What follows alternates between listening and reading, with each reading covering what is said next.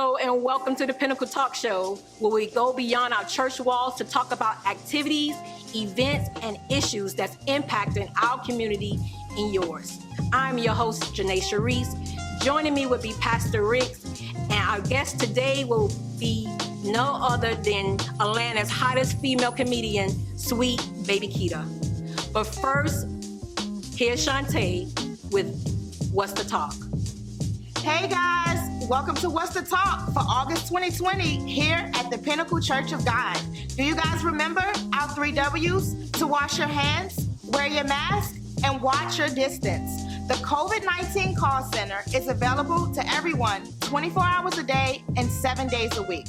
The phone number is 1-866-779-6121.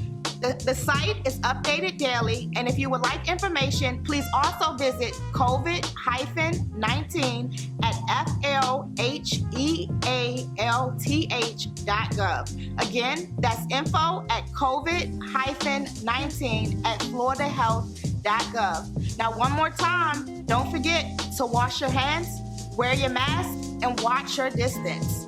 Okay, guys, a fun fact. This upcoming Wednesday, August 26, 2020, will mark 100 years that women have had the right to vote in the United States. Wow, 100 years. But wait, not all women were given the right away.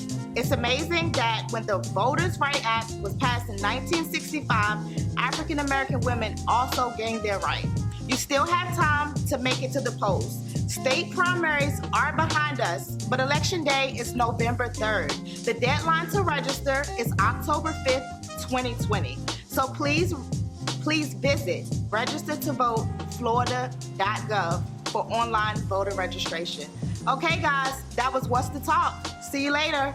All right, so joining us today, winner of Atlanta's hottest female comedian 3 years in a row, and Showtime at the Apollo winner, Sweet Baby Keita. How are you? How are you doing? I am excellent. Again, I say just trying to weather this pandemic just like everybody else without catching coronavirus. So that we've been blessed. Yes, we've been blessed as well. So tell us, Miss Keita, how do you get started in this comedy school?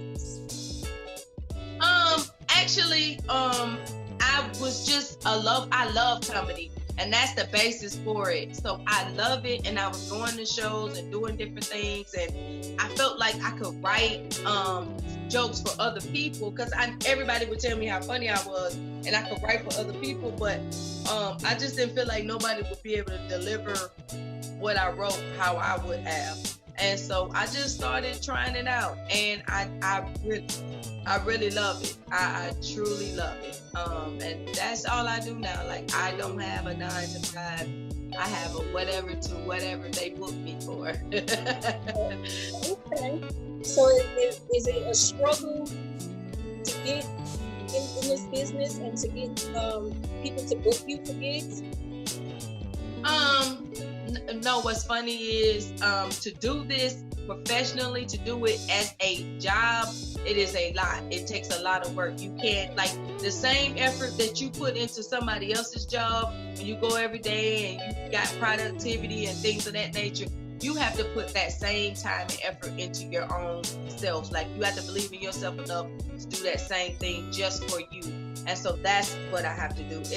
Booking, I get on the phone, I call people, I pass out business cards when I do go places and do different events, and that it just keeps it flowing. Like, people are calling me, and then I also in turn make phone calls, but I make sure I keep my calendar together. With winning Apollo, it was a big boost in my career. I'm on Kevin Hart's show, Heart of the City, Atlanta, and then from Heart of the City, Atlanta, I sent that tape to the Apollo, and they picked me up, and then I went on Apollo to win, which was awesome. And then at that point now, right before the pandemic, I just signed on to a cruise ship, so I'm signed with the Bahamas. So yeah, it was great. I just been going back and forth, doing cruises, and I do the comedy for the cruise ships. And so they were about to move me up to the Royal Caribbean because it's their line. It's just a small version. And so they were going to move me up to that ship. But then this pandemic happened. But I'm also on a USO tour. I won a contest. Yeah, it was 52 comics in the USO contest.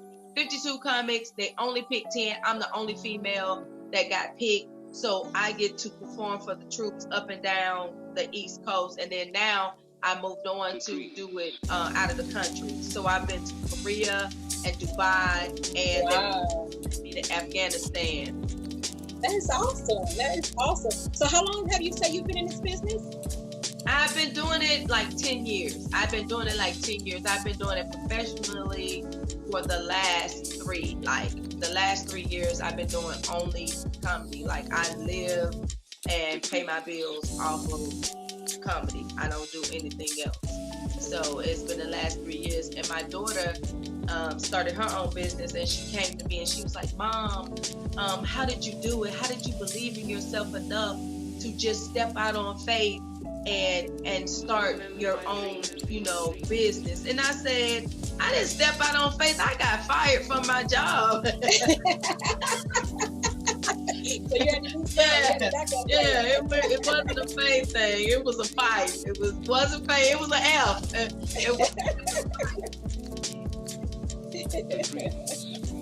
So you mentioned Kevin Hart. How did you get the opportunity to work with Kevin Hart? How did that come about? What's crazy is I have a lot of it was an amateur competition, and so they called like the biggest names here in Atlanta to see who they felt like was a up and coming amateur comedian good for the show. And I was told that my name was given by 5 different top comics. So I am very blessed. But the top of them all was Rodney Perry.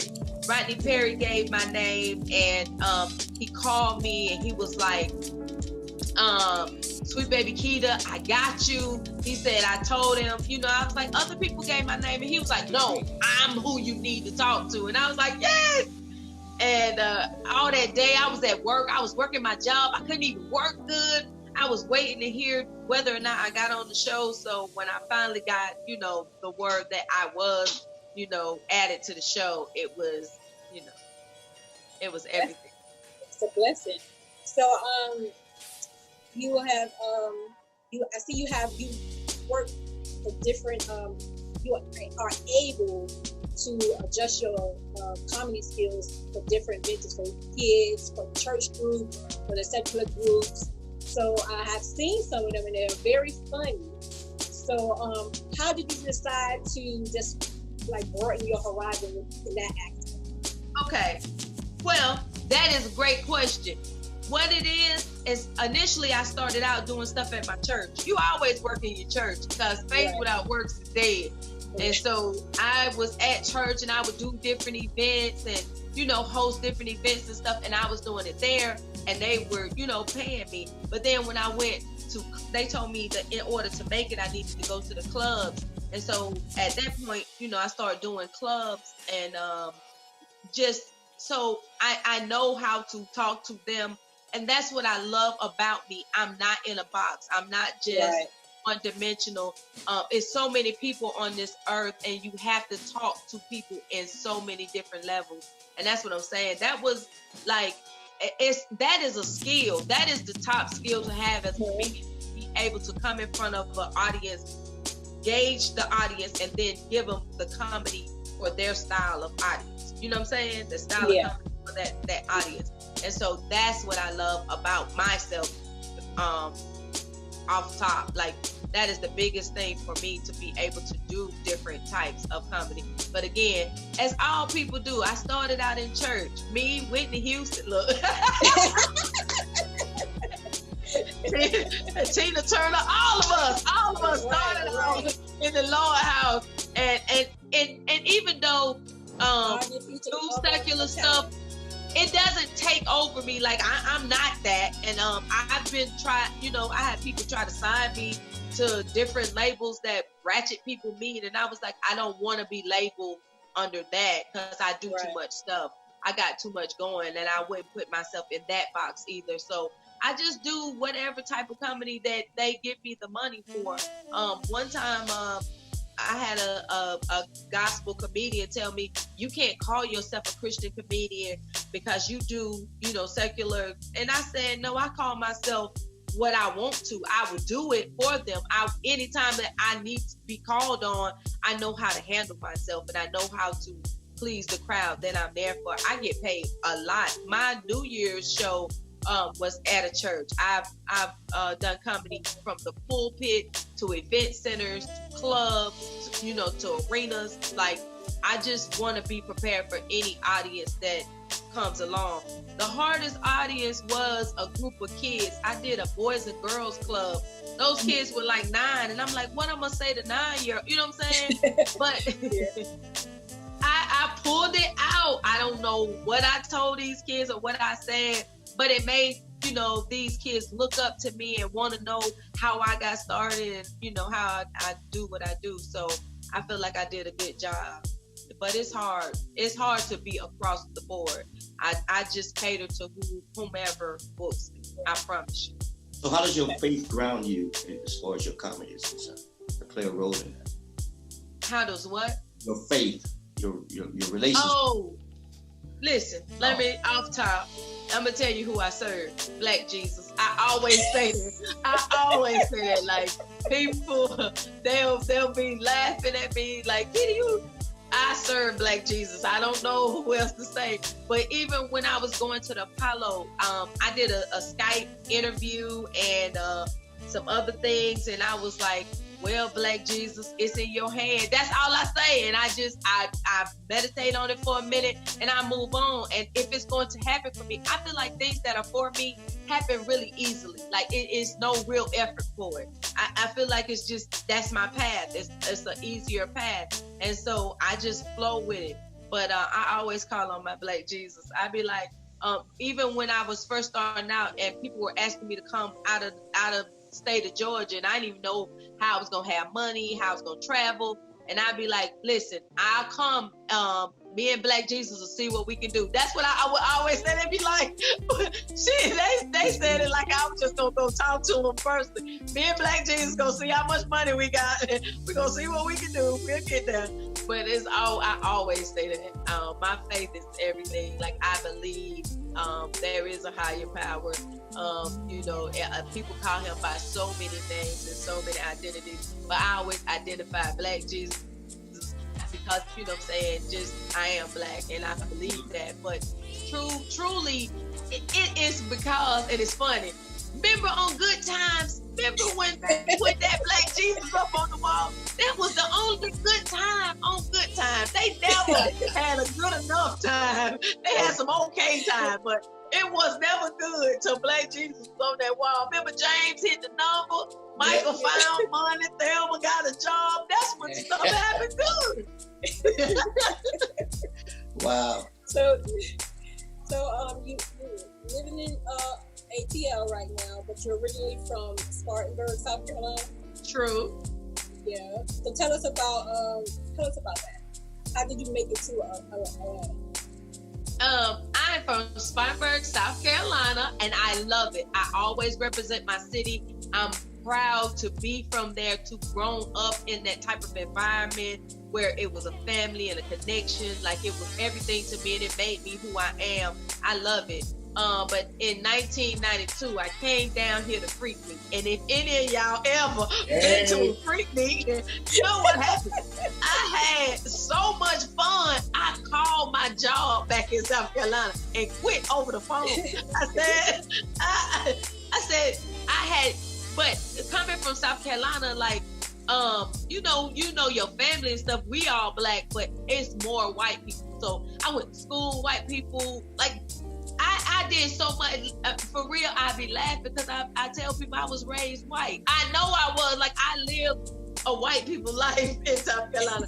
So coming down to Georgia and just seeing my face and my people and so many of us, and you know what I'm saying, so much is Black. Like, you know what I'm saying, seeing Black people with plenty of money and Prestige and the mayor. Look, the mayor, you know what I'm saying? Like, it was just an experience for me. Freaknik did really kind of kick it off, but really, really just seeing people that look like me, that live like me, that are me, and in a position of greatness is the best thing that Atlanta has to offer anyone. So many people move down here. Anytime you're doing the show and you be like, where you from? Anybody from Atlanta? And it might be one person or two people raise their hand that's from Atlanta. But everybody, this is a big melting pot of so many backgrounds and so many places. And it's the best place to grow. Where you can still have values. Because I know New York is a melting pot and California is a melting pot. And people be asking me, when am I moving to either one of those? And I was like, I can't. I'll come there and do my work. And then I have to leave. I can't, my spirit just won't, I can't be in them places. Them people don't speak. They don't have no time. I don't know what's going on. I was in the elevator with a lady and she had a vacuum cleaner. We were going to a store and so I said, oh, the vacuum breaks, you know, they having a sale, so I'm gonna bring it back and get the difference. I said, oh, okay.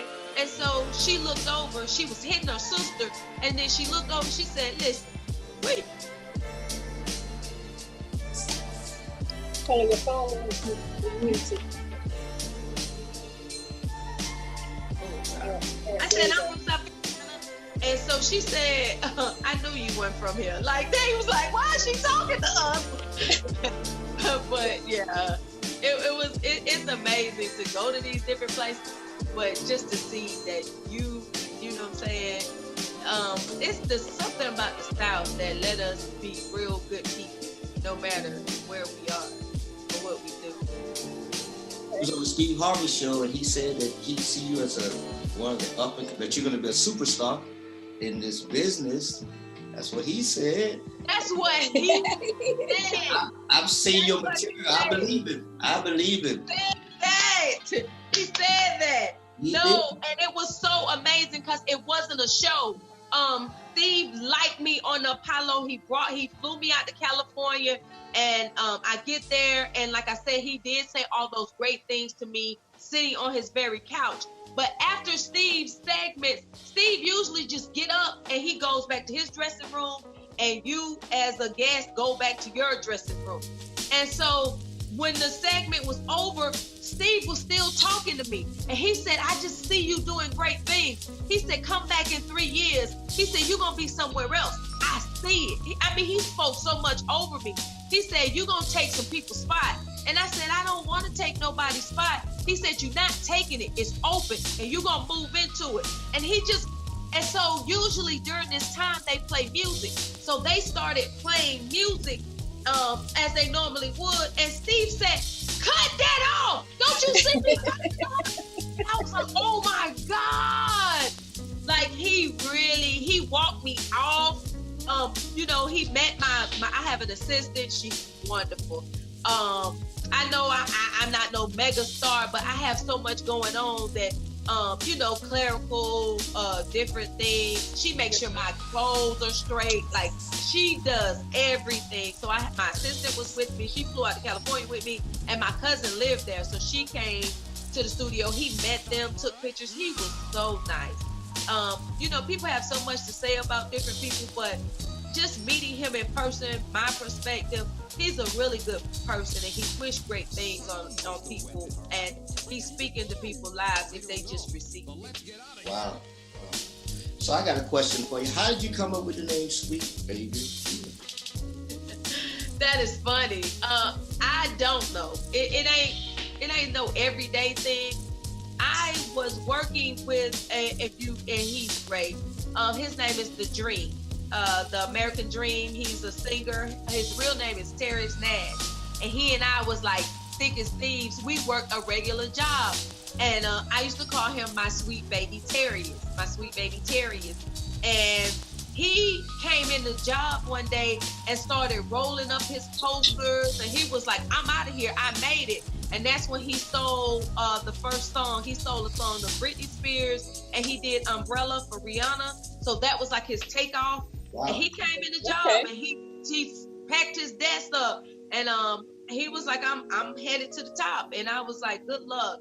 And, you know, we knew we both had gifts or whatever. And we see each other from time to time because he's a big Hawks fan and I am too. So, like, I sit in a good section because, you know, you got to have a little money to see somebody. So I'm sitting like 3 seats over from Neo. So I'm in a good section. I'm sitting with all the side chicks. I'm going to just say that. I'm sitting with all the basketball side chicks. I'm in that section. And so I see Darius, and he's on the floor. His feet are on the actual wood. You know them the best seats. If you, I know you know. Them the seats that everybody pray for. When your feet touch the same wood as a basketball player. And when I see him, I just have a real big voice or what have you. But I could see him. I was close, but not as close. So I yelled out his name. He looked up, he seen me. I waved. He came over to our section. Now the security guard had to come with him because now he's, you know, over here loving on me and hugging me. But it's so many people that knows him as a superstar. So they're like wanting to take pictures, even though, you know what I'm saying, we in a good section. They was like, oh my God, can you take a picture with me? And then the lady was like, I can't let you do this. You know, you got me working now. Come on, you got to come back. But he did come and show me love. So I'm just glad I am connected to some great people and some great people know my talent. And, you know, and that's how I kind of got my name. I just took the Sweet Baby Keita. I put my name on the end because I was calling him Sweet Baby Terrius. But that's my friend. Cool. Okay. So have you dabbled in any acting? I did a play here recently, and I feel like I killed it. Oh my God. I did 2 plays. The first play was with a close friend. She's very spiritual. She wrote a play called Vengeance is Mine, and it was so good. But me, I never knew how to do a play. I just, you know, wanted to be a part of her project because I believed in her. So she gave me a part. Now, I studied my lines, and that's how I'm able to be a great comedian that I am. It's all in here. I don't have anything written down. You know what I'm saying? You can't find nothing of mine. But my memory is so good. So I remembered all my lines. From whatever person's last word, I knew all my lines. I could rattle them off. I never read the script. So when we were in practice, I'm looking at the people acting like, oh my God, this is good. It was like I was saying it, but I never read it through. I only read their last line and I knew my line. And so it was just, I learned now you have to read through the script, you know what I'm saying, to get an idea of what's going on. Because the person who was helping me with my lines, she would take the script back to her desk. She was reading it. I just wanted to get these lines in me. But I had gotten so good with my lines and my memory. When people would be missing during practice, I knew their lines. I'd be like, let me be them. And so they said, how do you know everybody's lines? But that's what I do. Once we were doing I went to every practice, any extra practices that she did. I was just so dedicated. I even stopped doing comedy at that time because I was doing it. So I didn't want to, you know what I'm saying, trip myself up. So I made sure I just focused on this play. And we did 4 shows. We did 2 we did them on Saturday. So we did a matinee and then an evening show and a matinee and an evening show. And every show I had the most people there. My church brought out a bus. My parents came. And both of my parents are dead now. So both of my parents was at that play. They got to see me perform. And I knew my mom was out there because I heard her say, "That's my baby." And I kept saying my lines, but I knew in my head, that's my mama. Somebody sit her down. Wow. So now, during this pandemic, are you still able to work? Do they having the comedy club open, or what's going on with that? I'm in Atlanta. Everything is open. I don't even know when it was actually physically closed. I really don't. It ain't really been. It was like a jar. Let's say that. It ain't never been closed. It's been a jar. So now that it's really like officially open, like all the comedy clubs are open. I went to 3 different clubs last night because it's so much comedy here. That's how you sharpen your skills. People from Atlanta got real skills because we can do comedy every single day of the week. It's something Monday, Tuesday, Wednesday, you know what I'm saying? Every day is something that you could go out and be a part of. And I go to white clubs. I'm in the Laughing Skull Festival, and they had to postpone it to next year. But that's a big festival, and they send you to Montreal to the big comedy festival up in Canada, and that's where I was trying to get to. So that's what I'm saying. If I would let myself be limited by my color or, you know what I'm saying, I wouldn't be able to do the things that I am presently doing. Because performing for the troops, like, they came in and briefed us before we could go out there on that stage. They told us everything we could say, everything we couldn't say, things we had to stay away from, and they meant it. You know what I'm saying? Like, you won't get to come back. So it's really serious. And then I could tell, like, one of the guys, he wasn't able to do a good job because they said we couldn't curse. Because you're in front of a lot of people. You got to know, your when audience. To turn it on and when to turn it off. And so they told me I could tell he was like taking the cuss words out his joke. You know what I'm saying? He was like stifling his jokes, and then he kind of said something twice. He just couldn't get a rhythm without saying those words. And that's what I'm saying. Like, people can put themselves in that position where you can't function outside of, some, club where, you can just, what Bill Cosby say, filth. Are you ever in the Florida area? I have done a lot of stuff in Florida. I'm on my way back to I'm signing a contract soon as I get off this live with you guys to do an outdoor event, Unity in the Community in Tallahassee, Florida.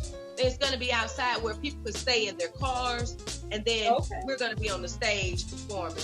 So it was supposed to have been on the 22nd. Last week, last weekend's date, last Saturday. But what happened was it was an 80% chance of rain, so they canceled it because it is outdoors, and for the performers, it's no cover.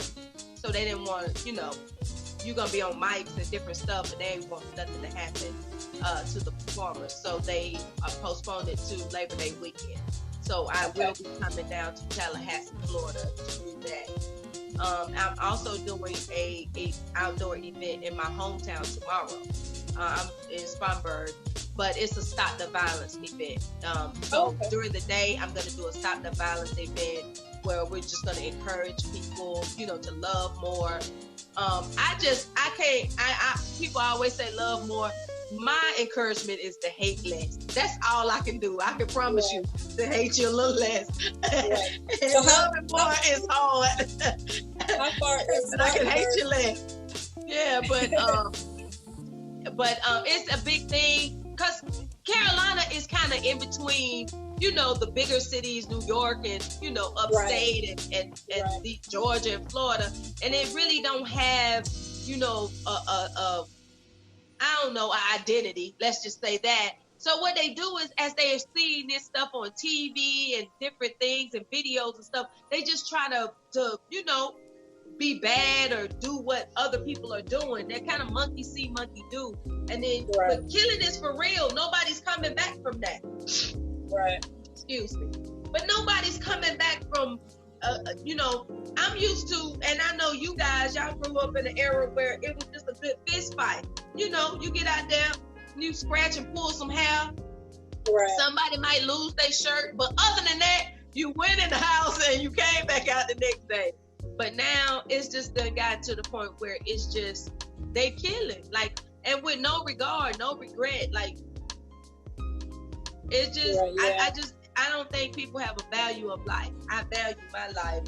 And I hope that people would value theirs enough that they wouldn't put themselves in a position to have to do anything. Because you're giving up your life, because once you kill somebody, you're going to jail for the rest of your life. So that's 2 lives that are gone. Yeah, that's true. That's true. They don't realize, they don't, like you said, they don't value their lives.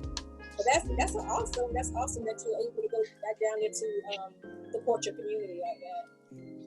Thank you so much. We just appreciate you coming on and sharing some of your time with us today.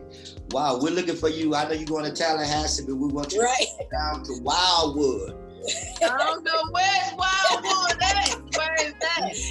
Just right there before Orlando. Right before. That sounds like that's where the Tiger King live. Do the Tiger King live down there? He on the other side. I know he is. Somebody down there selling tigers.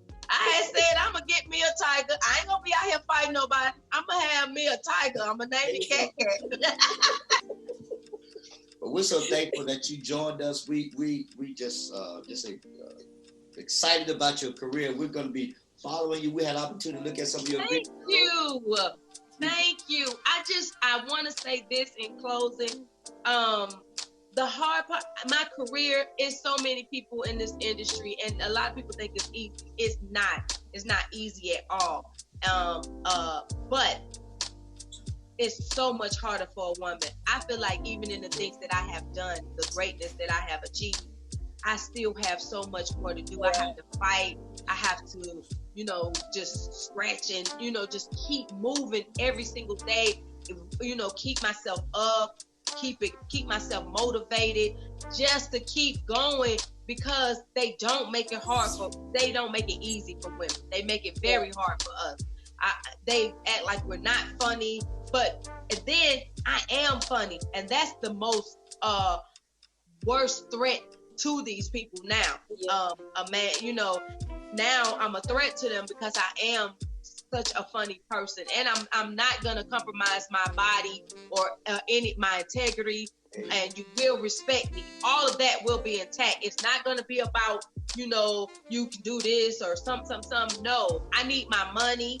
I need to be paid just like these guys are paid, and I need to be respected just like these guys are respected. I'm gonna come and do my job, and I just think that every woman needs to just continue to stay grounded. You don't have to do anything that you don't want to do. If it's not for you, walk away. That's my prayer. I pray to God, and that's how I'm moving. I pray to be able to say no to some things and feel so comfortable.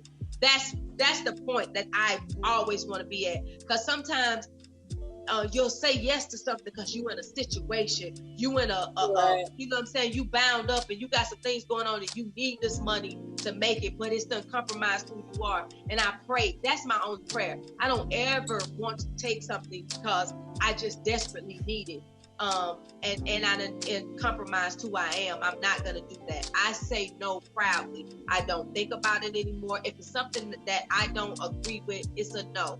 And I want to be able to sleep good at night and the lights still be on when I say no. And that's all I pray to God for. I just want to be comfortable. Superstardom is going to come because I know, I feel it. My spirit knows that. But again, I say, at the end of the day, I just really want to be comfortable, live how I want to live, and I want all my kids out of my house, never to return. I want them to live. Stay in here. Somebody might hear you, but I want them to live somewhere else. You hear me? Well, sweet baby Keita, we're glad to have you on. We're looking for great things. I know movies are in the works and all of those wonderful things. Yes, they are. I am actually signed to do a movie. I don't know when we're gonna start filming it. It is a Black film, but it's called Saturday, and it's a parody to Friday, but with women.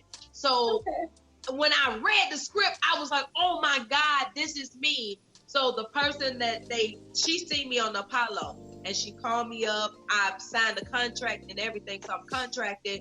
We did table readings. We got started, but the filming process haven't started yet. And it's deterred by the fact that we have a whole pandemic happening right now. So I'm really ready to get my career kicked off and in a big way. So I know it's coming because I've had somebody speak that into my spirit recently. We were in the parking lot and she said, "Oh, it's about to happen for you." And I said, "Girl, I already knew that. I know Black Jesus." And she said, "No." She said, "I feel it." She said, "Just being in your presence." And I said, I do know. I do know it's gonna happen. I just don't know when. I'm just trying to adjust. I try to stay humble, but I'm just trying to adjust myself to be ready for that, because that's gonna take you to a different place. It'll take you around a different element. You know what I'm saying? Like, it'll be easy to fall through the cracks. I watch too many unsung. I will not be unsung. You hear me? But you seem to be very grounded, and man, Yes. we're just looking for. We are followers now, Big Baby Keita. Well, good. You should follow me. I do great things. I go out and I experience a lot of things that people would like to do, and I just show them, I'm out hanging out, I'm doing this, or you know what I'm saying, so that you could at least, because people don't really get out, you know what I'm saying, or they wish they could. But I try to do everything, because we're gonna leave this earth, and why not see it and experience it while we're here? So it only takes a little bit. The money you spend on something, you could be flying somewhere, you know what I'm saying, and having dinner, or go to a Broadway show, you know what I'm saying, just Enjoy life. things that you would like to knock out. Yep. I went to a water park 2 weekends ago, and listen here, I went to be with my kids, and I had never been to a water park, and we had a great time. But first of all, let me tell you something, ladies. Never go to a water park with a weed. Listen here, that ain't what. I don't care what they tell you, they lied. This wig came. I went in that water. The wig came out. Now the water was only 3 feet. They kept yelling, "Stand up, stand up!" I said, "No, not without this wig." That's what I'm saying. As I'm trying to get it back on, I was like, I will drown first before I come out this water without this wig.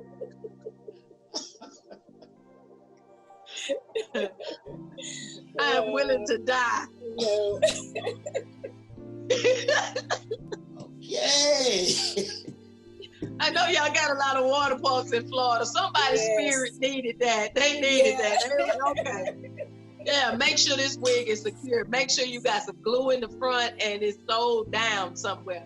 Don't just be out there willy-nilly. It will be gone. You don't want nobody to see your real hair.